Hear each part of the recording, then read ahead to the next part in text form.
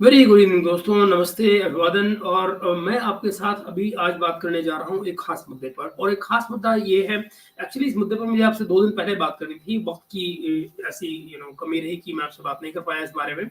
लेकिन ये वीडियो मेरे पास था जो मुझे आपसे शेयर करना था एक खास मुद्दे पर, कि आप ये देखिए किस तरह से वो लोग जो पर्टिकुलर रिलीजन को फॉलो करते हैं और उस पर कतई कतई काम करने के लिए तैयार उस तरह से नहीं है कि अगर आप उनसे ये कहें कि भाई एक रिफॉर्म का रास्ता होता है, आप उससे उस पर जा सकते हैं।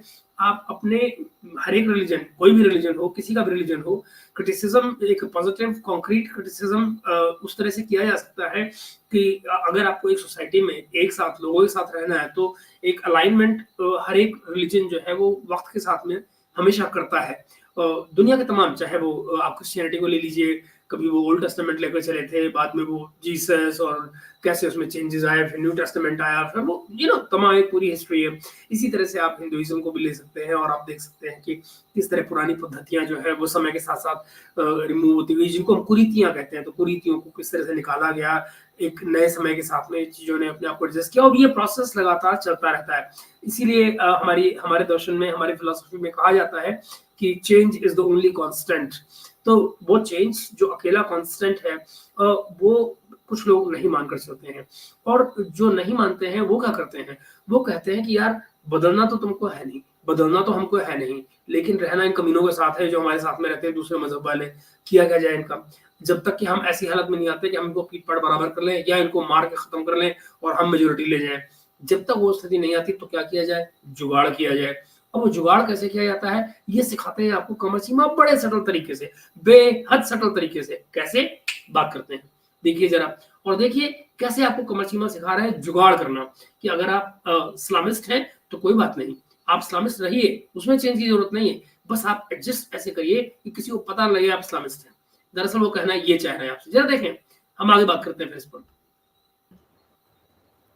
दोस्तों, दो इम्पॉर्टेंट डेवलपमेंट्स हैं। एक तो ये है कि नेदरलैंड के अंदर जो नेदरलैंड के एक फार राइट लीडर हैं, गेर्ट विल्डर्स उनका नाम है। इज एन एंटी इस्लाम, मतलब खुल्लम खुल्ला एंटी इस्लाम एक शख्स है। लेकिन जो इम्पोर्टेंट चीज़ है जो मैं बात करना चाहता जान लीजिए, ये गैट बिल्डर्स नहीं, ये खैट बिल्डर्स है। जी का जो उच्चारण है वो उनकी भाषा में, डच भाषा में ख होता है। इनका नाम जो है वो खैट बिल्डर्स है। और ये जाहिर है एंटी इस्लाम है। इसमें कोई छिपाते नहीं है, जो जैसा कि सीमा साहब खुद भी एक्सेप्ट कर रहे हैं, खुल्लम खुल्ला, यानी कि इतनी मजाल कोई इस्लाम के खिलाफ खुल्लम खुल्ला हो सकता है।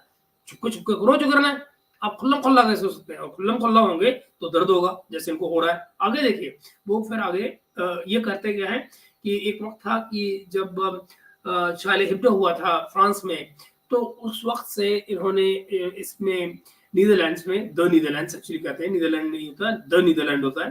तो द नीदरलैंड में इन्होंने ये हेग में हुआ करते हैं, और वहां पर इन्होंने कोशिश की थी सेम उसी तरह से कार्टून बनवाने की, मोहम्मद की, जिसको लेकर वहां पे काफी बवाल हुआ था। जहां तक मुझे याद है कि इन्होंने फिर उसको होल्ड नहीं किया था, मगर उस सारे प्रोसेस में इनको ओपनली डेथ थ्रेट्स आई थी। और उन डेथ थ्रेट्स के आने के वो कांस्टेंट है, उनके ऊपर फतवे जारी हुए हैं, वो फतवे आज भी जारी हैं। और इनके जो जो जो इनके आसपास जाहिर सिक्योरिटी रहती है। तो मैं जानता हूं उनको, और मैं कह सकता हूँ कि एक तरह से मेरा उनसे टच भी है। मगर मैं आपको बताना चाह रहा हूँ कि इससे परे कि मैं जानता हूँ नहीं जानता हूँ, उस बात को छोड़िए। असली बात क्या है कि उनकी आड़ में चीमा साहब हमको नैरेटिव क्या बेच रहे हैं, जरा देखें। हूँ वो ये है कि पाकिस्तान के दो इस्लामिस्ट लीडर हैं। एक तो साद हसन रिजवी, जो कि तहरीक लब्बैक पाकिस्तान के हेड हैं, और दूसरा जो है साद हसन रिजवी वही है, इनके फादर जो है उन्होंने इसको तहरीके टीएलपी का जो धरना हुआ था, आपको याद हो, मशहूर, जब इमरान खान पावर में नहीं थे, नवाज शरीफ पावर में थे, 2014 के इलेक्शन से पहले। उस समय पर जो धरना हुआ था उसमें ये बैठे हुए थे, फैजाबाद के चौक पर बैठे हुए थे। और वहां पर पंजाबी में 50 तरह की बड़ी भद्दी गालियां देकर पैंदी सीरी मैंने क्या बोला करते थे वहां पर, ये पैंदी सीरी उन्होंने बड़ा मशहूर हुआ था उनका डायलॉग। तो वो कुछ बड़े मिस्टीरियस सर्कमस्टेंस में इनके पिताजी को लुका दिया गया था अराउंड कोविड में, उनको प्लिंग ओवरनाइट खुड़का कर दिया था, उनका यूज कोई बचा नहीं था। तो उसके बाद उनके बेटे ने ये संस्था संभाली है, लेकिन बोलते अपने बाप की वही जहरीली जबान है।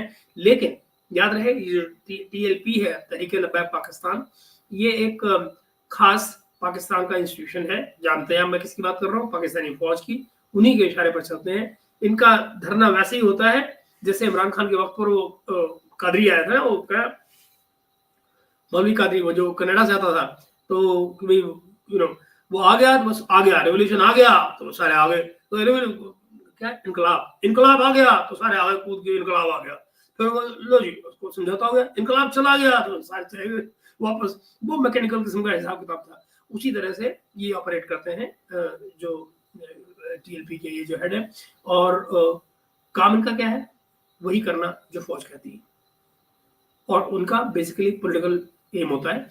पॉलिटिक्स में जब इंटरफेरेंस करवानी होती है तो इन लोगों के जरिए करवाई जाती है। आगे देखिए, एक और इस्लामिस्ट लीडर हैं जलाली साहब। इन दोनों ने बेसिकली जब गेट बिल्डर्स ने एंटी इस्लाम बहुत सारी बातें की, तो ये जो पाकिस्तानी इस्लामिस्ट हैं ये भी बड़ा बोलते हैं और बोलते हैं, बड़ी बात करना चाहते हैं, बड़ा इनका दिल करता है कि हम भी कोई वेस्ट को चैलेंज करें, यूरोप को चैलेंज करें, एंड बहुत सारी और चीज़ें भी हैं। देन डोनाल्ड ट्रंप साहब ने एक तस्वीर कल जारी की जिसमें वो एक उन्होंने लिखा हुआ है meet your new neighbours if Kamala Harris wins, और उसमें पाकिस्तानी इस्लामिस्ट हैं और अमेरिका का झंडा वो लहरा रहे हैं। इस दोनों चीज़ों की बड़ी सिग्निफिकेंस है मेरी अंडरस्टैंडिंग में। इट मीन्स दुनिया हमें कैसे देख रही है, ये एक मेरा मौक़िफ़ है। ये चीज़ मैं आपको बताना चाहता हूँ कि अब इनका जो भी मौक़िफ़ है दोस्त वो आप आगे सुनेंगे, लेकिन जरा समझिए तो सही, दुनिया और आपको कैसे देखेगी जब आप पूरे के पूरे एडमिनिस्ट्रेशन को एक मौलवी के जरिए, ये जो साज रिजवी है, इसके जरिए आप सारी चीजों को जैम कर देंगे। यानी कि इनका धरना कहाँ होता है हमेशा, फैजाबाद। फैजाबाद कहाँ है, रावलपिंडी इस्लामाबाद सेंटर में है, चौक जो है फैजाबाद का चौक है, वहां ये सारे जाके बैठ जाते हैं। यानी कि दोनों तरफ के जो ट्विन सिटी जो है रावलपिंडी इस्लामाबाद, इनका सब ट्रैफिक बंद, और किसी तरफ से आई होती है वो GT रोड, सारा मामला बंद। तो वो इनका काम है। तो आप जरा सोचिए जब ये इस तरह का इनका ऑपरेशन हो, और ये आप ये देखिए जब पिछली बार इमरान खान के को लाने के लिए जब धरने इनके चल रहे थे, जब नवाज शरीफ वाले टाइम पे, तो मित्रों आप पाएंगे पुलिस वाले इनके हाथ से पिट रहे थे और सरकार कुछ नहीं कर रही थी। इनफैक्ट एक पुलिस मेरे ख्याल से DSP था कोई, जिसका उन्होंने सर भी फोड़ दिया था। तो मतलब लिटरली पकड़ के मारा था इन पुलिस वालों को, और कोई पुलिस की टीम कुछ नहीं बिगाड़ सकी थी। जो बिगाड़ सकते थे, जिन पुलिस वालों ने कोई उन पे काउंटर अटैक करने की सजा उन्हीं को मिली। तो ये देखिए आप उस तरह से, तो ये बेहद इन्फ्लुएंशियल ग्रुप है पाकिस्तान का, जिनके लिए ये बता रहे हैं कि दुनिया हमें कैसे देखती है। दुनिया वैसे ही देखती है जैसे आप अपने आप को दिखाते हैं, जैसे आप होते हैं। दुनिया हमें जिस अंदाज से देख रही है, हमें कोशिश करनी चाहिए कि हम ऐसे ना दिखें। ये जो आप देख रहे हैं ये पिक्चर है जो डोनाल्ड ट्रंप ने ट्वीट की थी कि किस तरह से वो अमेरिका का झंडा लिए हुए जहादी घूम रहे हैं, और उन्होंने कहा था कि अगर कमला हैरिस जीतती है तो इस किस्म के लोग आपके नेबर होंगे, आपके पड़ोस में आकर रहेंगे। ये ट्रंप ने ट्वीट किया था। और हमें इस पे केयरफुल रहने की ज़रूरत है। अब आपको पता है कि गेट बिल्डर्स जो है वो बड़ा टफ बंदा है। मुसलमानों के खिलाफ उसने बड़ी एक कैंपेन चलाई, उसको काफ़ी सीटें भी मिली, लेकिन समहाउ वो प्राइम मिनिस्टर नहीं बन सका। लेकिन याद रखें कि उसने जो बातें की उसकी वजह से एक एनवायरनमेंट क्रिएट हुआ यूरोप के अंदर कि जितने भी फार राइट लीडर्स हैं वो सारे के सारे इकट्ठे हुए हैं, बोल रहे हैं, और मुसलमानों के बारे में तासुर ये है, ख़ास तौर पे गज़ा के हवाले से आपने देखा होगा कि बड़े जो यूरोपियंस हैं वो बड़ा उठे हैं कि यार ये अब क्यों मुसलमान क्या कर रहे हैं हमारे मुआशरों में, मतलब एक तफरीक सी पैदा हुई है। इसमें जिस तफरीक की बात कर रहे हैं मैं आपको अभी बता दूं कि कल कल की बात है, हाँ, थिंक कल या परसों की बात होगी शायद, क्योंकि कल के अखबारों में रिपोर्ट हुआ था। स्वीडन की जो डिप्टी प्राइम मिनिस्टर है बुश, तो उन्होंने भी एक स्टेटमेंट दी है और उन्होंने कहा है कि इस्लाम को सीखना होगा कि हमारे माशरों में, यानी कि यूरोप के समाज में कैसे जीना है, कैसे रहना है और यहाँ के वैल्यूज के साथ में कैसे जीना है। जो उनकी फिलॉसफी है उसको यहाँ लगाने की कोशिश नहीं कर सकते हैं। हमारे साथ उनकी कंपेटेबिलिटी, उनके उनके प्रिंसिपल्स की और हमारी वैल्यूज की कंपेटेबिलिटी नहीं बनती है। तो Islam has to change. Problem क्या है? प्रॉब्लम ये है कि the change is not something which is allowed. You can not think of it. As a result क्या है कि फिर तो जुगाड़ ही करना पड़ेगा ना, और तब तक जुगाड़ करना पड़ेगा जब तक मेजोरिटी में ना आ जाए। आपको इंतजार करना पड़ेगा मेजोरिटी में आने का, तब तक आप चुपचाप रहिए और लगे रहिए धंधे में, जो आप सबसे बढ़िया कर लेते हैं वही काम करते रहिए, और जब मेजोरिटी में आप आ जाएं तो फिर कुछ किया जाए उस बारे में। और तब तक के लिए जो जुगाड़ है वो चीमा साहब बताएंगे आपको। तो इन पाकिस्तानी इस्लामिस्ट मौलवियों ने भी शोर डालना शुरू कर दिया। फिर हमने देखा है कि आई थिंक डेनमार्क के अंदर, not in Denmark but I think again Holland है, उसके अंदर हमने देखा कि जो एक बंदा है वो कुरान पाक को जो है वो जलाने की वो वीडियो बना रहा है एंड ऑल दैट, नौज़ुबिल्लाह। So the point here is कि ये जो डेवलपमेंट्स हो रही हैं इसको मुसलमानों को या पाकिस्तान, ये इनको नौज़ुबिल्लाह बोलने की क्या आई थी सारे इसमें, ये वही है ना, बिकॉज वो अगर नहीं बोलेंगे तो होगा क्या कि जो इस्लामिस्ट है वो इन पर भी क्वेश्चन मार्क लगाएगा और कहेगा नहीं, तुमको रिलीजियसली यहाँ पर ये चीज बोलनी चाहिए थी, because you are a believer. Only if you are not, you will not talk like that. So as a believer, you have to have that kind of thing in your language. अब जरा सोचिए ना आप, और इस समय कहाँ थे जिस समय ये जानते हैं ये जो वीडियो कर रहे हैं, उस समय कहाँ, ये बेल्जियम में बैठे हुए उस टाइम पे। तो आप जरा देखिए, मतलब अब ये आप नौजुबिल्लाह लेकर बेल्जियम में घूमेंगे, बेल्जियम, नीदरलैंड, नीदरलैंड अगल बगल लगे हुए है ना, तो अब आप तो मैं क्या कहूँ, मतलब अब आप कल्पना कीजिए कि ये आपको कहाँ लेकर जाना चाह रहे हैं। इस्लामिस्ट को कैसे रिस्पॉन्ड करना चाहिए, ये एक क्वेश्चन है। अदरवाइज अगर आप जो इन्फ्लेमेटरी स्टेटमेंट्स यूरोप से आती हैं, अगर आप उसके ट्रैप में आ जाएंगे तो मज़ीद मुसलमानों को नुकसान होगा और मज़ीद जो इस्लामिस्ट वहाँ बैठे हुए हैं पाकिस्तानी, अब हो ये रहा है कि अगर मित्रों आप जरा देखिए ये ट्रैप में, यानी कहना क्या चाह रहा है कि जो यूरोपियंस हैं वो अगर इस्लाम के अगेंस्ट कुछ बात बोल रहे हैं कि इस्लाम हमारे यहाँ गलत कर रहा है कुछ ऐसा, तो भाई साहब वो उनका ट्रैप है। यूरोप आप पर ट्रैप डाल रहा है और अगर आप रिएक्ट करेंगे तो आप उनके ट्रैप में आ जाएंगे, क्योंकि फिर वो आर्गुमेंट एंड काउंटर आर्गुमेंट शुरू हो जाएंगे। तो वो कह रहे हैं उनके ट्रैप में मत आओ, चुपचाप थल्ले हो जाओ, नीचे हो जाओ, चलने दो गाड़ी। You know this is what it is. आगे देखिए जरा, एक इस्लामिस्ट मौलवियों के अगर इस्लाम के खिलाफ एक यूरोप में बैठा पॉलिटिशियन बात करता है, देन पाकिस्तान के अंदर बैठे मौलवी उसके खिलाफ बातें करते हैं, देन उसका रिस्पांस क्या आता है कि कोई पाकिस्तानी जो इस वक्त यूरोप में बैठा है वो वहाँ पे उठ के तो उनको जाके कोई नुकसान ना पहुँचा दे, उसको अगर वो नुकसान पहुँचाएगा तो उसके कॉन्सिक्वेंसेस होंगे। सो मैं चाहता हूँ कि जो मेरी ऑब्जर्वेशन है और जो मेरा पर्सपेक्टिव है वो ये है कि तमाम पाकिस्तानियों को, एटलीस्ट मैं पाकिस्तानियों की बात करता हूँ, कि जो पाकिस्तान के इस्लामिस्ट लीडर हैं, they have to be very careful, they need to be very responsible. आप यूरोप में बैठे हुए हैं, आप जरा सोचिए, यूरोप में एक पाकिस्तानी रह रहा है या कुछ पाकिस्तानी रह रहे हैं, जो भी रह रहे हैं, एक इस्लाम के अगेंस्ट कोई आवाज उठती है यूरोप में, आप जरा कल्पना कीजिए वो आवाज भला क्यों उठी होगी, क्यों उठी होगी? कोई इवेंट वहां होता है जिसके रिएक्शन में वो लोग बोलते हैं ना, वरना वही वो लोग हैं जिन्होंने तमाम, चाहे वो सीरिया से हो, अल्जीरिया से हो, कहां से लेके उन्होंने लोगों को नहीं बिठा रखा है और बिठा के अपने बगल में बिठा रखा है, अपने बराबर के हक दे रखे हैं, अपने एक्सचेकर के पैसे से सोशल सिक्योरिटी दे रखी है, ये सब उन्होंने किया है। उसके बावजूद अगर पर्टिकुलर रीजन पर आकर वो कुछ बोलते हैं तो जाहिर है कि उनका कुछ ना कुछ आपने किया होगा जिसके बदले में वो रिएक्ट कर रहे होते हैं ना, एक सिचुएशन को रिएक्ट कर रहे होते हैं, वरना खाली कौन बैठा भाई, कौन बिना बोलने लग जाएगा इस्लाम के खिलाफ। तो जब ये बात बोली गई वहां पर, तो ये साहब ये नहीं कह रहे हैं कि भाई अगर ये क्रिटिसिज्म आ रहा है तो थिंक अबाउट इट कि क्या क्रिटिसिज्म कहीं वैलिड तो नहीं है। ये वो आपको शिक्षा नहीं दे रहे हैं चीमा साहब। चीमा साहब से कह रहे हैं ना ना ये छोड़ो कि वो क्या कह रहा है, आप बस चुप हो जाओ, क्योंकि अगर रिएक्ट करोगे तो वो जो वहां बैठा हुआ पाकिस्तानी है उसको नुकसान हो जाएगा, वो तो वहां किसी गोरी को लेकर बैठा हुआ बच्चे पैदा कर रहा है, पॉपुलेशन तो उतना ही बढ़ेगी। That is how you will grow your population in Europe ना, तभी तो मेजोरिटी मिलेगी। पंगा ये है, सारा पंगा ये है। वो आपको क्या कह रहे हैं, चुप हो जाओ, बोलो मत, क्योंकि तुमने चेंज तो करना नहीं है, चेंज तो होना नहीं है, चेंज करने की जरूरत भी नहीं है, भला क्यों चेंज करो। तो जो तुम कर रहे हो वो करते रहो, मगर इनके कुछ कहे पर मत जाओ, इनके ट्रैप में मत आओ, क्योंकि रिएक्ट करोगे तो काउंटर रिएक्शन और आएगा और बढ़ेगा, और फिर जो लोकल वहां बैठा हुआ आदमी है वो पिटेगा। जरा देखिए, वेस्ट में बैठे हुए हैं, आपको चाहिए कि आप इसकी अगर बारे में बात करनी है तो उसके लिए जो लॉ के रिलेटेड, जो इंटरनेशनल लॉ में या किसी मुल्क के डोमेस्टिक लॉ में या पॉलिटिकली अगर कोई बात करनी है तो उसको एक इस अंदाज से करें कि उसमें वायलेंस ना आए।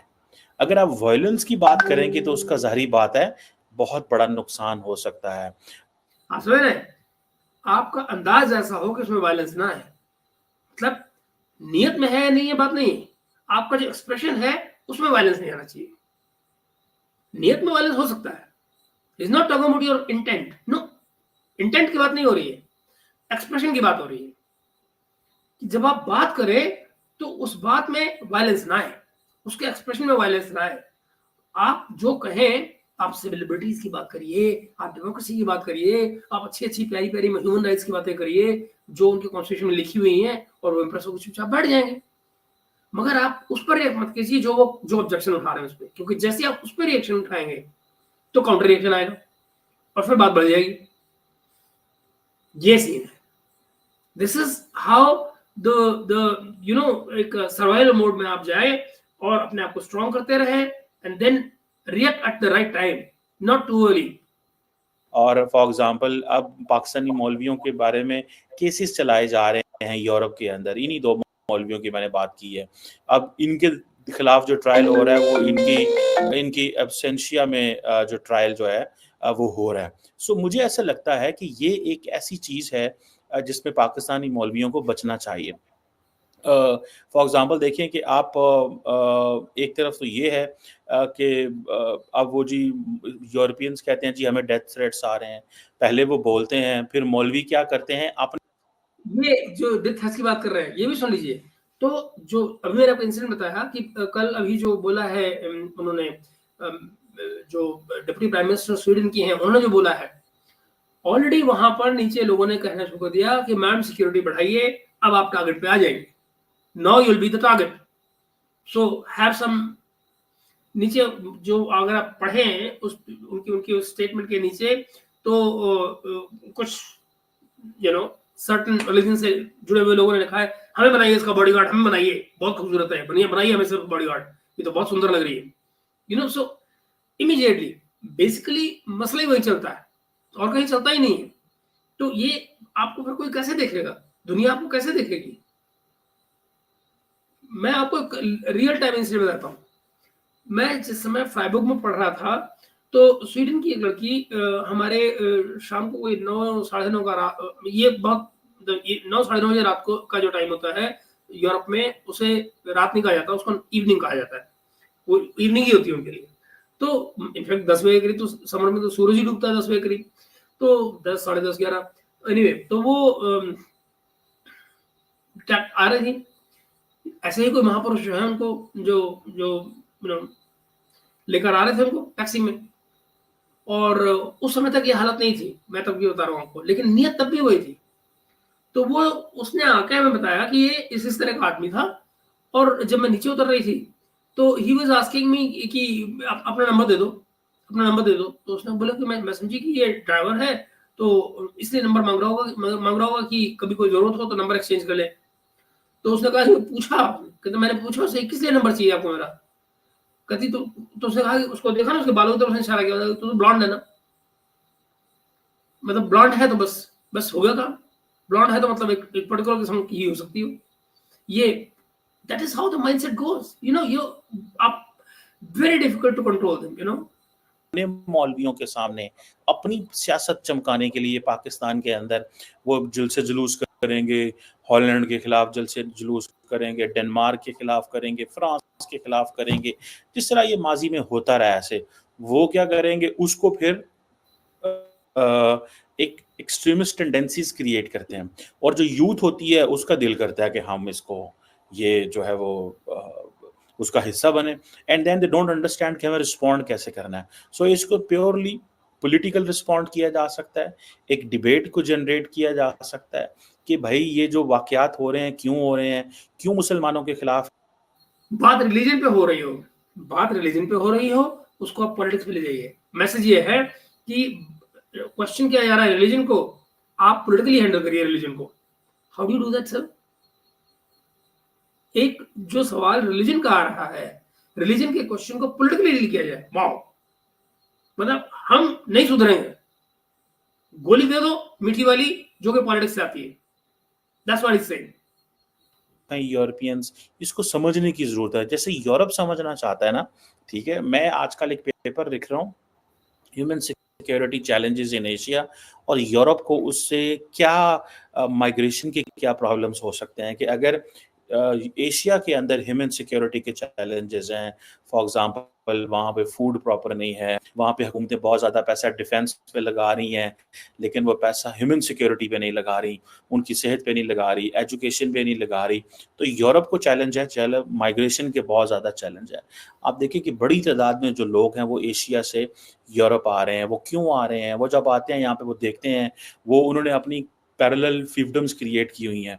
मैं यहाँ यूरोप के अंदर देखता हूँ कि जहाँ पे अगर आप मुसलमानों के इलाकों में चले जाएँ, तो मैंने महसूस किया है कि वहाँ पे गंद ज़्यादा होगा, वहाँ पे कूड़ा करकट पड़ा हुआ है, दैट्स ट्रू। सफाई-सुथराई के निज़ाम नहीं नज़र आता। मुझे जो फ़ील आया, and then same is for many Asians as well. I will not name any community. मैं पाकिस्तानी हूँ, तो मैं पाकिस्तानियों का तो नाम ले सकता हूँ। तो वहाँ पे आप जाएँगे तो आपको गंद नज़र आएगा, या वहाँ पे आपको नज़र आएगा कि भई उस तरह सफाई-सुथराई नहीं है। जैसे आप उन इलाकों में जाएँ जहाँ पे ज़्यादातर वहाँ पे लोकल्स रह रहे हैं, या फिर ये है कि मुसलमान उस तरह टैक्सेस नहीं देते। मैं अमेरिका गया तो वहाँ पे मैं बताया गया कि क्योंकि वहाँ पे वो लोग जो टैक्स नहीं देते, उन कम्युनिटीज़ को ज़्यादा वहाँ पे डेवलपमेंट नहीं होती, वहाँ पे स्कूल अच्छे नहीं होते। सो मेरा ख़्याल है कि मुसलमानों को इस चीज़ को समझना चाहिए कि इनको एंगेज करना चाहिए। इन इसकी जरूरत क्या है उनको? इस सब की जरूरत कहाँ है? जब आप ऐसी टेक्स्ट बुक से उनको पढ़ाएंगे जिन पे लिखा हुआ हो पहले पन्ने पर ही कि अंदर जो कुछ भी है इस पर यकीन न करिए, क्योंकि अकॉर्डिंग टू इस्लाम नहीं है, चाहे वो फिजिक्स की किताब हो चाहे जो, तो आप मुझे बताएं फिर आप उम्मीद क्या करते हैं उस पॉपुलेशन से, और कैसे आप उम्मीद करते हैं कि वो ह्यूमन डेवलपमेंट के लिए काम करेगी? You see, you need to understand कि अगर जब आप अपने करिकुलम को बदलते हैं जियाउल हक के वक्त पे, और उसमें नई तरह की किताबें लेकर आते हैं, नया करिकुलम लेकर आते हैं, क्योंकि आपको एक नई क्रॉप खड़ी करनी थी, क्योंकि आपको अपना अपना रिजीम जो है वो प्रोलॉन्ग करना था, तो फिर चीजें वैसी ही पैदा होती हैं जैसी आपने लोगों ने की है। और आप मजे की बात क्या है, आज तक किसी पाकिस्तानी रिजीम ने, जहां से सज्जन आते हैं, किसी भी सरकार ने आज तक अपनी इन गलतियों पर रोशनी नहीं डाली है। किसी एक ने ये नहीं कहा है कि नहीं साहब हमने जो कश्मीर में किया वो गलत था, किसी ने ये नहीं कहा कि हमने पंजाब में जो किया वो गलत था ना, कोई नहीं कहता हमने गलत किया ना, सबके सब जस्टिफाइड है। That is what I am saying. their intent is never to improve. They don't want to improve. They just want to you know toe down for a minute, so that ki flow ऊपर से निकल जाए, and then they'll rise again and then do what they want to do. Change is not something they're comfortable with. But you see, अगर आज भी यहाँ जो परेशान हो रहे हैं चीमा साहब, वो किस बात को लेकर परेशान हो रहे हैं? परेशान इस बात को लेकर हो रहे हैं कि जो यूरोप में बैठा हुआ पाकिस्तानी है वो फिजूल में पड़ जाएगा। जिन लोगों को मुफ्त में ट्रिप मिलते हैं यूरोप के, तो उनका गड़बड़ हो जाएगा मामला सारा। पाकिस्तानी ट्रैवलर्स पर बैन लग गया तो चीमा साहब भी कहां से जाएंगे यूरोप? तो आप जरा सोचिए ना, गड़बड़ हो जाएगी ना। इनके पास तो डबल सिटीजनशिप भी नहीं है जहां तक मैं समझता हूँ। तो खैर, कम से कम मेरी इन्फॉर्मेशन यही है, तो आगे देखते हैं क्या होता है। कि इनको डायलॉग करना चाहिए। अगर ये अपने लोगों को गुस्सा दिलाएंगे, अपने लोगों को कहेंगे जाओ मारना, ये कत्ल वाजिब है, फलां चीज वाजिब है। एक बंदा जिसकी उम्र 18 साल है, 20 साल है, 25 साल है, वो कल को कानून को हाथ में लेके किसी बंदे पे हमला कर देगा, तो देन वो लीडर से पूछा जाएगा जिसकी बातें सुन के उसने वो सारा किया। सो मैं समझता हूँ ये चीज़ें हुई। आपको याद होगा पहले फ्रांस के अंदर चार्ली एब्डो के वाक़यात हुए, प्रॉफेट मोहम्मद सल्लल्लाहु अलैहि वसल्लम की जो ब्लास्फेमियस कैरिकेचर्स जो हैं वो बनाई गई, उसका फ्रांस को कैसे सेंसिटाइज करना है, that should be the debate among the Muslims, not के एक पाकिस्तानी जो है वो या कोई और मुस्लिम उठे और जाके किसी फ्रेंच को जाके टारगेट कर दे। That should not be the but exactly ये किया गया, एग्जैक्टली यही किया गया Shiva sahab, because that's what the book says, वाजिबुल कत्ल। ये मौलवी नहीं कहता, वो किताब कहती है भाई। Is it so difficult to understand? You are lying, you are lying sitting on this platform. Cheema sahab, वो किताब कहती है कि सच पीपल आर वाजिबुल कत्ल, क्या नहीं कहती है? आपको ये देखिए, ओपन चैलेंज दे रखा है तालिबान ने।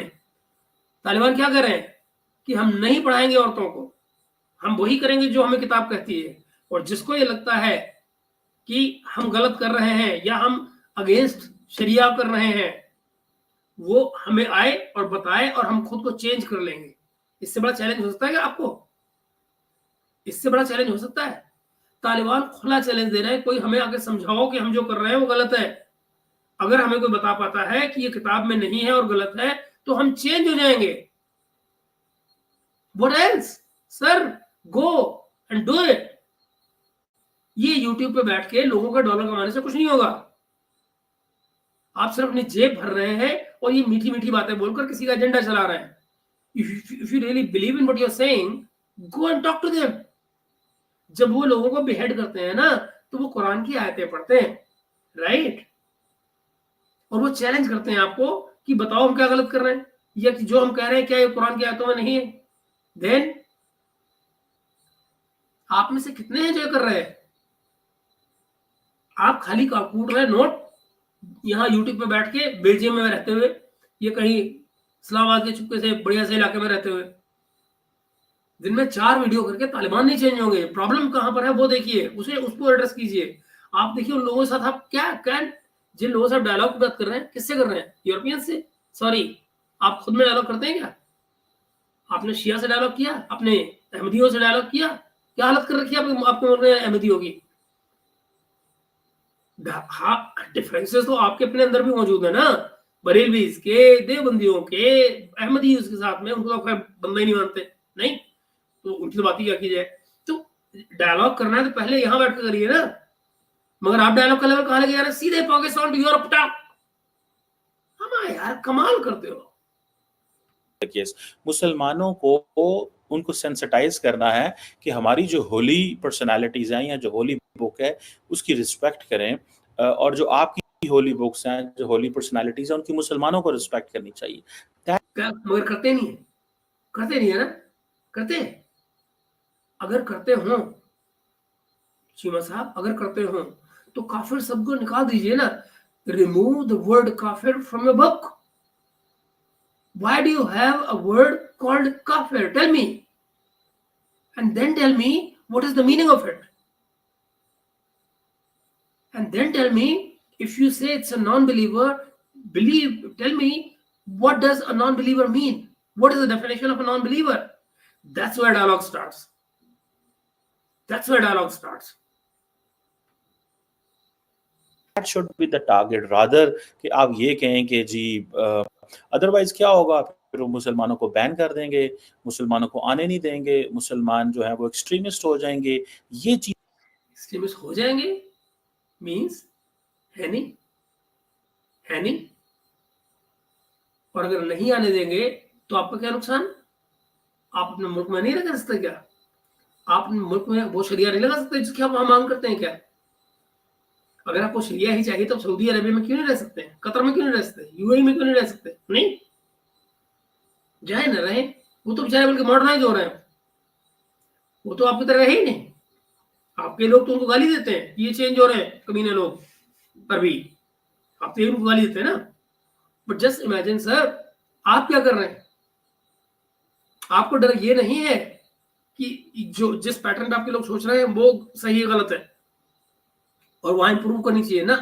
ओके, अगर आप ऐसा करोगे, डर क्या है आपको, ये लोग आने नहीं देंगे, फिर आप यूरोप नहीं आ पाएंगे। ये is this how you debate about religion?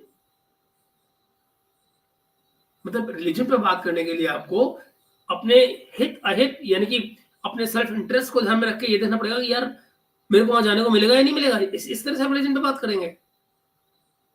Can that be a reason to follow और नॉट फॉलो अ रिलीजन, और प्रैक्टिस और नॉट प्रैक्टिस अ रिलीजन? चीजें हैं मैं जिनसे मैं समझता हूँ कि पाकिस्तानियों को अवॉइड करना चाहिए। एक तो ये चीज है। दूसरा, आपको पता है ट्रंप वाली बात मैंने आपको बताई है। अब डोनाल्ड ट्रंप जो ने ये जो बात की है वो बेसिकली तो वो इस्लामिस्ट के खिलाफ बात कर रहा है, एक्सट्रीमिस्ट के खिलाफ बात कर रहा है, और साथ में वो कह रहा है कि जी ये अगर कैमला हैरिस आ गई तो ये आ जाएंगे। वैसे खैर मैं डोनाल्ड ट्रंप की बातों को सीरियस तो नहीं लेता, लेकिन सिंस रिमेंबर डोनाल्ड ट्रंप की एक हिस्ट्री है, और वो हिस्ट्री ऐसी है कि वो पाकिस्तान के बारे में उनकी एक हिस्ट्री है, मुसलमानों के बारे में। एक बात बताएं चीमा साहब, आपको ट्रंप बड़ा बुरा लग रहा है? ट्रंप ने तो मुसलमानों पे जाके बम नहीं मार दिए थे। हाँ? ट्रंप पे तो जिसने बम मारे मुसलमानों पे, सबसे ज्यादा किसने मारे? वो तो तुम्हारे अपने प्यारे ओबामा ने मारे ना। उसकी बात आप नहीं करते कभी इस तरह से, जिस तरह से आप ट्रंप का नाम देते हैं। नहीं नहीं, हम उसको सीरियसली, जब सीरियसली नहीं लेते तो छोड़ो ना। एक्चुअली आप सीरियसली लेना नहीं, इससे कोई मैटर नहीं करता ट्रंप को। ट्रंप को कोई फर्क नहीं पड़ता कि आप उसको सीरियसली लेते हैं या नहीं लेते हैं। प्रॉब्लम यह है कि आप ट्रंप को इग्नोर नहीं कर सकते हैं। Trump means 40-45% population of USA. लाला पानी भर देगा तुम्हारे अंदर वो, है कि नहीं? क्या बातें करते हो तुम लोग यार। उनकी एक हिस्ट्री जरूर मौजूद है जो वो बार बार बात करते हैं। सो अगर यूरोप और अमेरिका एक पेज पे आ जाते हैं in case Donald Trump win करता है, तो मुसलमानों के बारे के लिए जो वेस्ट के अंदर स्पेस ज़्यादा स्क्वीज होगी। सो एक लार्जर डायलॉग चाहिए। वो एक आपने फ्रांसिस जो है, क्या नाम था उसका यार, जो clash of civilisation Samuel P Huntington ने बुक लिखी थी, ऐसे था बेसिकली, बड़ा मशहूर, मैंने उसको बड़ा पढ़ा हुआ है कि ये जो बेसिकली वो जो टेक्टोनिक प्लेट्स हैं सिविलाइजेशंस की, दे, वो आपस में वो टकराती भी हैं लेकिन कोऑपरेट भी करती हैं, इंगेज भी करती हैं। सो मेरा ख्याल है कि जो जितनी भी जो क्रिश्चियन सिविलाइजेशन है, मुस्लिम सिविलाइजेशन है, हिंदू सिविलाइजेशन है, they collaborate with each other, they engage with each other, और जहाँ पे कन्फ्रंटेशन की बात हो वहाँ पे हमें कॉमन मिनिमम ग्राउंड तैयार करनी चाहिए ताकि हालात ख़राब ना हो। देखिए मुसलमानों को प्रॉब्लम ये है, और बहुत सारे जो डेवलपिंग वर्ल्ड है, एशियन वर्ल्ड को प्रॉब्लम ये है कि वहाँ पे ह्यूमन सिक्योरिटी के मसले हैं। सो लोग माइग्रेट कर रहे हैं।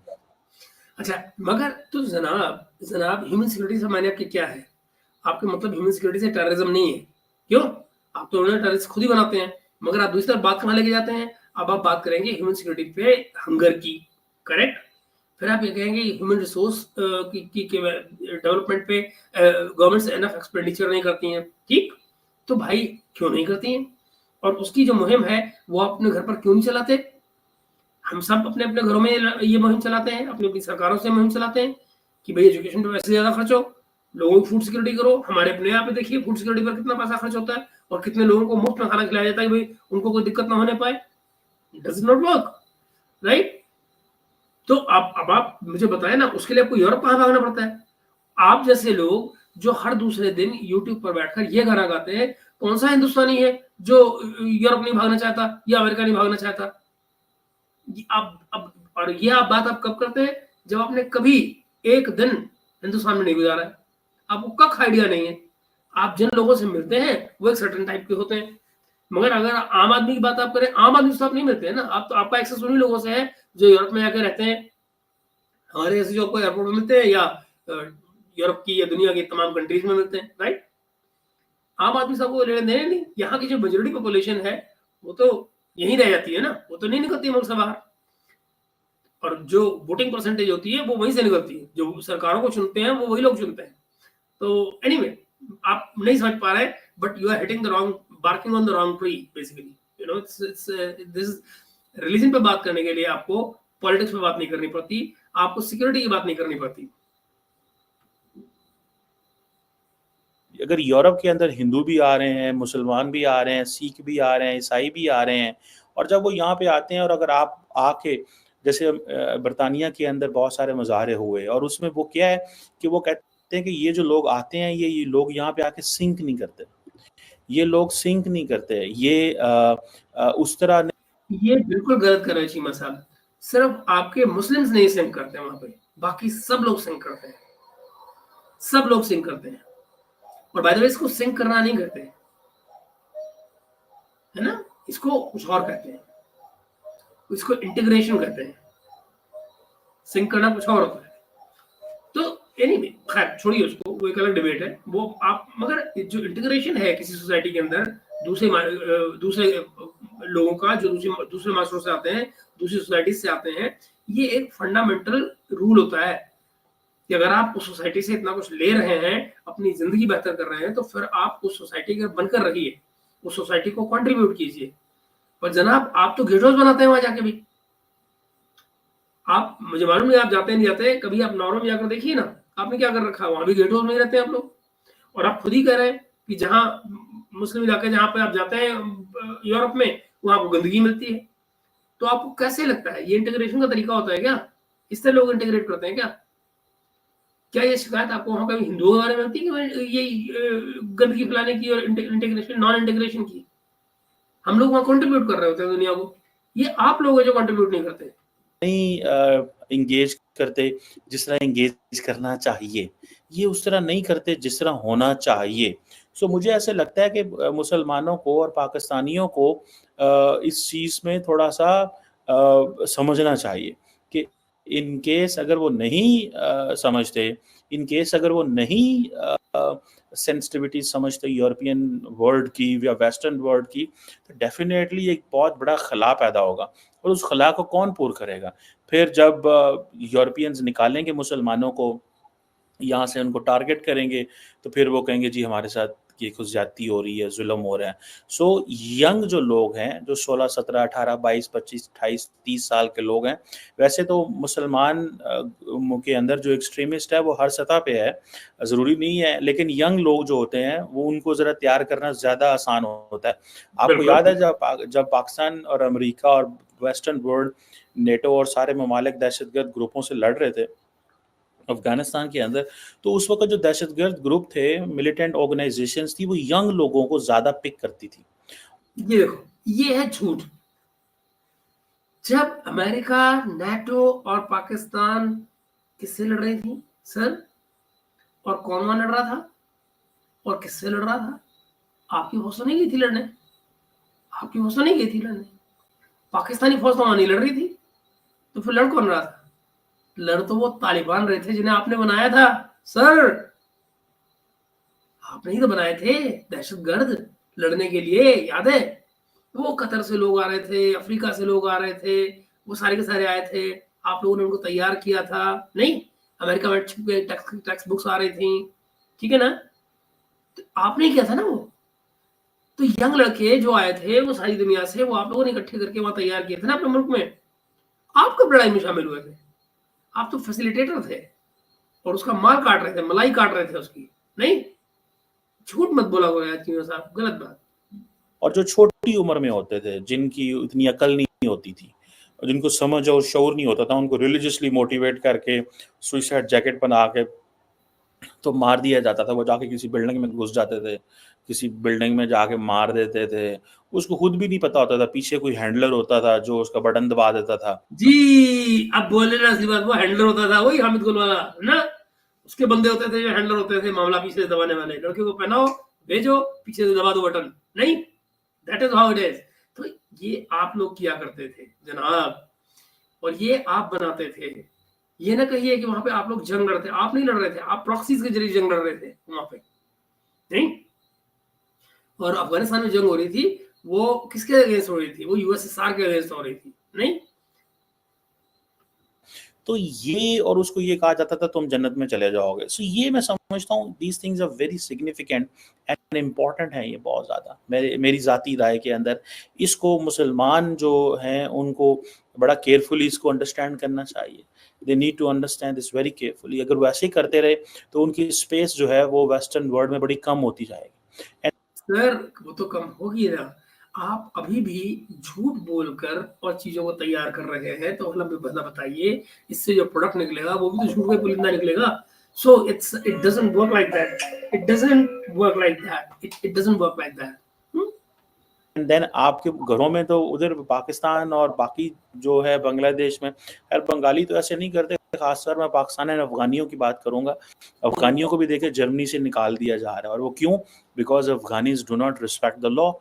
ठीक है, आप मुसल्लत करना चाहते हैं। मैंने देखा है यूरोप के अंदर भी, मैंने देखा है कि जो बहुत सारे ऐसे लोग रहते हैं जो जो अफगानिस्तान पाकिस्तान से आए हैं, they are living as if they don't want to integrate, they don't want to embrace। देखें, why will someone bring you into, आप कोई शख्स आपको 15,000 किलोमीटर से या 20,000 किलोमीटर से दूर से उठा के अगर अपने मुल्क लेके आ रहा है, वो क्यों लेके आ रहा है? एक सवाल पैदा होता है। वो क्या समझता है? वो समझता है आप वहाँ पे सेफ नहीं है, आप समहाउ पाकिस्तान वहाँ से उठ के आ गए हैं, आपकी वहाँ पे पास खाने को नहीं है, पीने को नहीं है, आपने ज़िंदगी मौत का रिस्क लिया, आप इस मुल्क में आ गए। कहीं तो खुद लोग पहुँच गए कश्तियों में बैठ के, कहीं पैदल चल के आ गए, कईयों को ये लेके आए हैं। क्यों लेके आए हैं?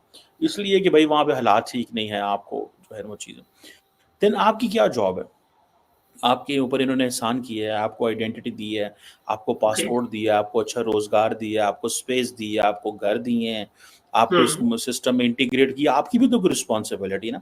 आपकी रिस्पॉन्सिबिलिटी ये होनी चाहिए कि आप उनके सिस्टम को एम्ब्रेस करें, आप उनकी जो वैल्यूज़ हैं, मैं ये नहीं कहता कि आप उनको वो जो यहाँ पे एक आज़ाद मुआशरा आप ऐसे करें, वो भी ये नहीं कहते। मैं ये नहीं, आप समझ रहे हैं क्या करें? आजाद मुआशरा ऐसे करे, वो नहीं करे, वो आप न करिए, वो चीज़ हम नहीं कर रहे, है ना? वो मुआशरा कैसा है आप वो ना करें, है ना? ये सीमा हमने आपको बता दिया कि ये नहीं करना। कहता कि आप पोर्क खाएं, जो आपका मजहबी आज़ादी है वो प्रैक्टिस करें। यहाँ पे मसाजिद हैं, लेकिन कोएग्जिस्टेंस भी तो है। आप वो करें जो आपका इस मजहब आपको कहता है, लेकिन साथ में उनके साथ मजहब आपको कहता है? सर क्या कह रहे हो? मजहब ने कब कहा कि काफिरों के साथ रहो? वो तो कहता है काफिरों को मारो, काफिरवाजी में कत्ल होते हैं। कैसी बातें कर रहे हो आप? एंटी रिलीजन बोल रहे हो आप तो एंटी इस्लामिस्ट हो, ऐसी बातें बोलते हो गंदे लड़के। इंटीग्रेट करें, उनके साथ कारोबार करें, उनके साथ मिलें गिलें, उनको अपनी खुशियों गमियों में बुलाएं, उनकी खुशी गमी में जाएं। और अगर वो कुछ चीज़ नहीं समझते तो उनके साथ डायलॉग करें, उनको इंगेज करें, अपने बारे जो कन्फ्यूजन है उनको एड्रेस करें, लेकिन लार्जली उनके साथ इंटीग्रेट करें। That should be. मुझे समझ नहीं आ रहा, आप यूरोप को कंफ्यूजन क्यों दूर करना चाह रहे हैं? कमाल है। बैक होम, क्लोजर होम, आप तालिबान का कंफ्यूजन क्यों नहीं दूर कर रहे? बाय द वे, आप अपने घर में कंफ्यूजन क्यों नहीं दूर कर रहे? आपके भी तो लोग ब्लास्फेमी में मार रहे हैं लोगों को, वहां कंफ्यूजन आप क्यों नहीं दूर कर रहे? आप अपने मुल्क में देखिए ना क्या हो रहा है, कितने लोग by the name of blasphemy मारे जाते हैं, राइट? तो वहां पे किसकी कंफ्यूजन दूर कर दिए? आपसे अपने लोगों का कंफ्यूजन दूर नहीं होते हैं। आप चले यूरोपियन से कंफ्यूजन दूर करने के लिए जो पढ़े लिखे हैं। ये तो आपके बनाए हुए कार्टून हैं जो आपने रखे हुए हैं, जिनको आप नहीं समझा पा रहे हैं ब्लास्फेमी के कॉन्सेप्ट होते हैं नहीं होते हैं, क्या है क्या नहीं। चीमा साहब, दरअसल आप अभी भी अपने सेल्फ इंटरेस्ट प्रोटेक्ट कर रहे हैं। ये नेशनल इंटरेस्ट भी नहीं है, ये पर्सनल इंटरेस्ट है, इंडिविजुअल इंटरेस्ट है, जिनकी प्रोटेक्शन की आप बात कर रहे हैं इस वक्त। कि यूरोप जाओ, मजहब उनका ना, उनकी कल्चर के जो सिस्टम्स हैं उनको मत फॉलो करो। आप वो खाओ जो आपको खाना है, आप प्रेयर वहां करो जहां आपको करनी है, आप सड़क रोको, सब कुछ करो, बट रहो वहीं पे छाती में मूंग दलने के लिए नहीं।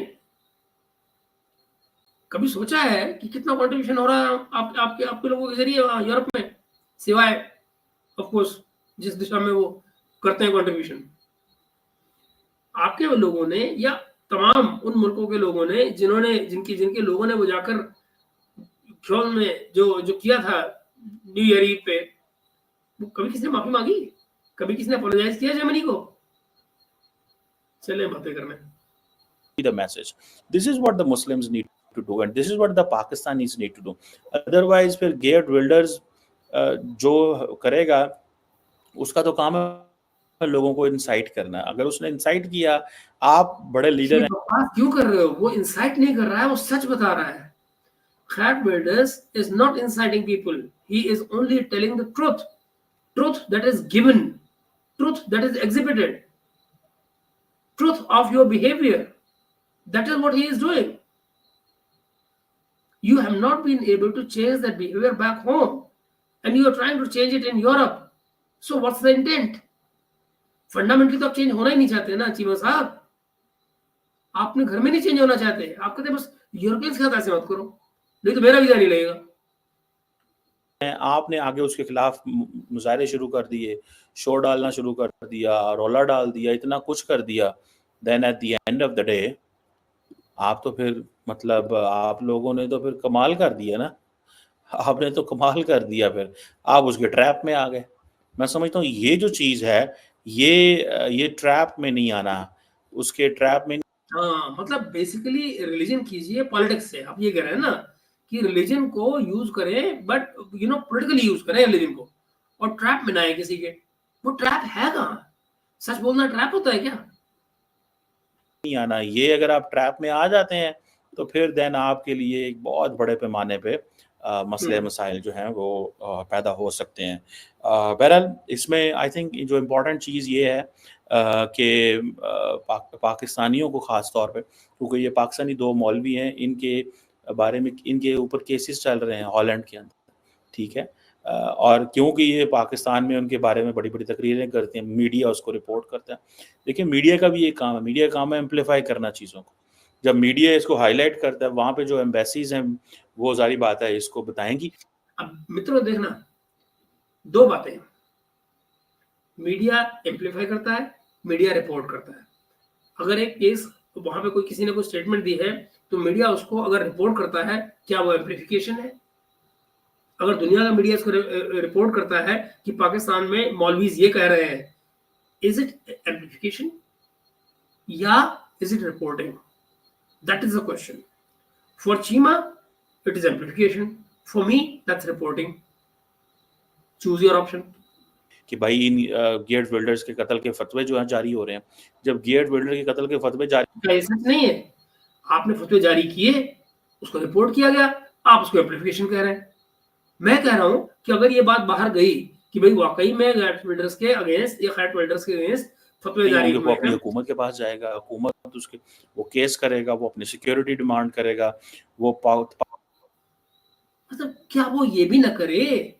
मतलब आप फतवे जारी करें तो आप चाहते ये हैं कि फतवे जारी हो, इसमें कोई बुराई नहीं है। आप सुनिए, फतवे जारी हो इसमें बुराई नहीं है, मीडिया एम्प्लीफाई ना करे, क्योंकि अगर मीडिया एम्प्लीफाई करेगा तो एम्बेसी पिकअप करेगी, एम्बेसी अपनी गवर्नमेंट को रिपोर्ट करेगी और वहां के मीडिया में बात छपेगी, तो खैर बिल्डर जो है वो सिक्योरिटी मांगेगा, तो फिर वो सरकार जो है एक्टिव हो जाएगी, तो कहीं केस चलेगा, तो कहीं बैन लगेगा, तो कहीं कुछ होगा। इसलिए ऐसा मत करो। Look at the reasoning why he is asking not to do things in a certain way. Popular शख्स है, वो अवाम को बताएगा देखो पाकिस्तानी मौलवी हैं ये क्या कर रहे हैं। मेरा ख्याल है कि ये काम नहीं करना चाहिए। अगर आप ये काम करेंगे, ठीक है जी, तो that is not something which will be appreciated. और आपका तो कुछ नहीं जाना, आपकी तो एक मौलवियों की तो इकॉनमी होती है, लेकिन आप वो जो यंग लड़के हैं जो पाकिस्तान से आ रहे हैं, जो यहाँ पे आएंगे, जो यहाँ, और वो लड़के क्यों आ रहे हैं? वो इतने एजुकेटेड नहीं है कि वो सही गलत का फर्क कर पाए, है ना? ना ही वहां की लोकल सरकार उस ह्यूमन रिसोर्स पर 17-18 साल के लोगों पर कोई खर्च कर रही है कि जिससे बेहतर इंसान बन जाए, मगर वो चूंकि कुछ करने के लिए नहीं है तो वो मुंह उठाए यूरोप में पहुंच जाए कि लाओ जी हमें खाने को दो, और फिर चूंकि वहां खाने में उनको कोई दिक्कत ना है इसलिए मौलवी यहाँ पे चुप रहे। वाह, पे आके इंटीग्रेट होना चाहते हैं, आप उनके लिए प्रॉब्लम क्रिएट कर रहे हैं। आप उनको मतलब इंटीग्रेट होना चाहते हैं, इंटीग्रेट होना चाहते हैं। अम्मा चीमा साहब जरा देखिए, आपके यंगस्टर्स जर्मनी में, फ्रांस में जाके क्या कह रहे हैं? वो कहते हैं जिसने भी शरिया पढ़ी है, मैं दिखा चुका हूं इसकी वीडियोस पहले भी, कि जिसने भी शरिया पढ़ी है उसका फर्ज है कि जहां पर वो जाए वहां पर इस्लाम और शरिया नाफिज करे। समझ रहे? आप मुझे क्या सिखा रहे हैं कि वो इंटीग्रेट होना चाहते हैं। वाह, वैसे इंटीग्रेशन का ये तरीका अच्छा है, वहां जाओ सबको अपने जैसा बना दो, नहीं यानी कि सबको मुस्लिम बना दो। अरे वाह चीमा साहब, बहुत तगड़े गोलीबाज हो आप। कंफ्यूज कर रहे हैं, ठीक है। या तो हो ना कि आप उनको कहें जी आप उस मुल्क को छोड़ के आ जाएं और हमने उनसे मिलना गिलने नहीं। आप ये भी कहते हैं वहाँ पे यूरो भी कमाओ, वहाँ पे डॉलर भी कमाओ, वहाँ पे पाउंड भी कमाओ, उनके सिस्टम से फायदा भी लो और उनको गालियां भी दो। मैं समझ यही तो करना होता है काफिरों का भाई। काफिरों से कमाओ, काफिरों को के साथ में जाओ, उनका माल छीनो, उनसे लो, अल्टीमेटली उनको मार दो या कन्वर्ट कर लो। यही तो होता है। That is what you know that is what is being taught. तो ये जो चीज़ है, ये जो अप्रोच है, ये ठीक नहीं है। आप देखें बरतानिया के अंदर जो हालात ख़राब जिस तरह हुए हैं, इस तरह यूरोप के अंदर भी आप देखें तो ये वो चीज़ें हैं जिनसे थोड़ा-सा जितने भी पाकिस्तानी हैं they have to be very careful. अगर पाकिस्तानी केयरफुल नहीं होते, ये चीज़ें नहीं करते, तो फिर आप ज़हन में रखें कि it's going to be very catastrophic. और इन मौलवियों को कुछ नहीं जाना। मैं आपको बात बताऊँ, इन मौलवी तो बड़े शौक़े हैं, ये लैंड क्रूजर्स में घूमते हैं, इनके पास पैसे हैं, इनके पास रिसोर्सेज हैं, सारा कुछ है। असल प्रॉब्लम उन अवाम का है। उन अवाम को हमें एजुकेट करना है कि डायलॉग एंड को एग्जिस्टेंस पे फोकस करना है। जो इस्लाम की प्लूरलिस्ट वैल्यूज हैं उनको प्रमोट। एक सेकेंड, प्लूरलिस्ट वैल्यूज? अब आप क्या कर रहे हो यार चिमन साहब? गजब मारते हो तुम तो। जो प्लूरलिस्ट लोग होते हैं वो एक दूसरे को मारना थोड़ी प्रीच करते हैं, ना ही वो किसी को वाजिबुल कत्ल कहते हैं। क्या कर रहे हो यार? ऐसे थोड़ी होता है। आप तो बिल्कुल ही फंडामेंटल्स के खिलाफ जा रहे हो। ऐसे कैसे हो सकता है कि आप किसी को साथ में रहोगे, इंटीग्रेशन की बात करोगे और फिर उसको वाजिबुल। कमाल करते हो। मैंने आपको कहा ना, आपको आपकी बेसिक प्रॉब्लम है। आप न तो काफिर की डेफिनेशन दे रहे हैं, ना आप किसी के नॉन बिलीवर की डेफिनेशन दे रहे हैं, ना ही आप ये बता रहे हैं कि नॉन बिलीवर के साथ क्या करना चाहिए या काफिरों के साथ क्या करना चाहिए। नहीं, आप ये भी नहीं बता पा रहे कि दरअसल जजिया क्या होता है, द कॉन्सेप्ट ऑफ जजिया क्या होता है। नहीं, अरे यार क्या कर रहे हो? करना है। और बाय द वे ये आपने ये भी नहीं बताया ना कि जब काफिरों को विन ओवर कर लिया जाए तो उनकी लड़कियों के साथ क्या करना है, उनकी औरतों के साथ क्या करना है, कुछ याद है? वो नहीं बताना चाहिए। वो अंडरस्टैंडिंग के लिए डायलॉग में, वो जो डायलॉग करना है उसमें बताना है कि नहीं बताना है? कौन सी अंडरस्टैंडिंग में? इस्लाम की अंडरस्टैंडिंग देंगे तो ये बताने पड़ेंगे, नहीं बातें नहीं।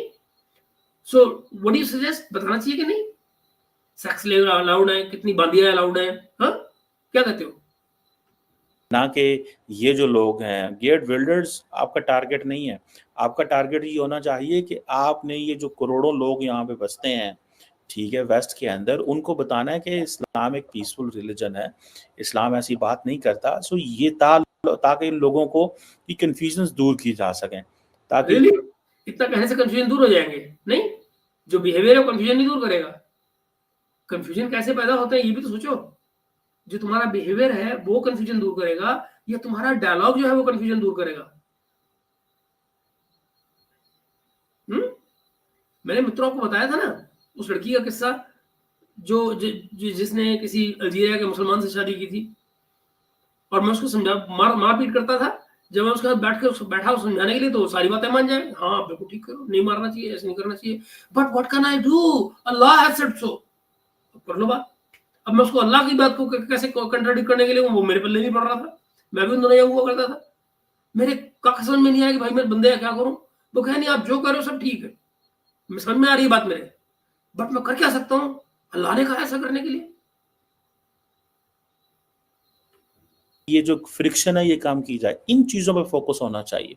मेरा ख्याल है ये इम्पोर्टेंट चीज़ है, ना कि एक और जो एक सोच है जिसका हर तरफ वो जिसमें कुछ फार राइट जो हार्ड लाइनर जो यूरोपियन पॉलिटिशियंस हैं वो ड्रैग करना चाहते हैं, तो उससे मैं जरा जरा सोचिए दोस्तों, फार राइट हार्डलाइनर यूरोप में जो ड्रैग करना चाहते हैं, एज इफ कि ये फार राइट जो राइट विंगर्स हैं वो पाकिस्तान में नहीं है, वो यूरोप में है और वो लोग ड्रैग करना चाहते हैं। आप ड्रैग नहीं कर रहे हैं।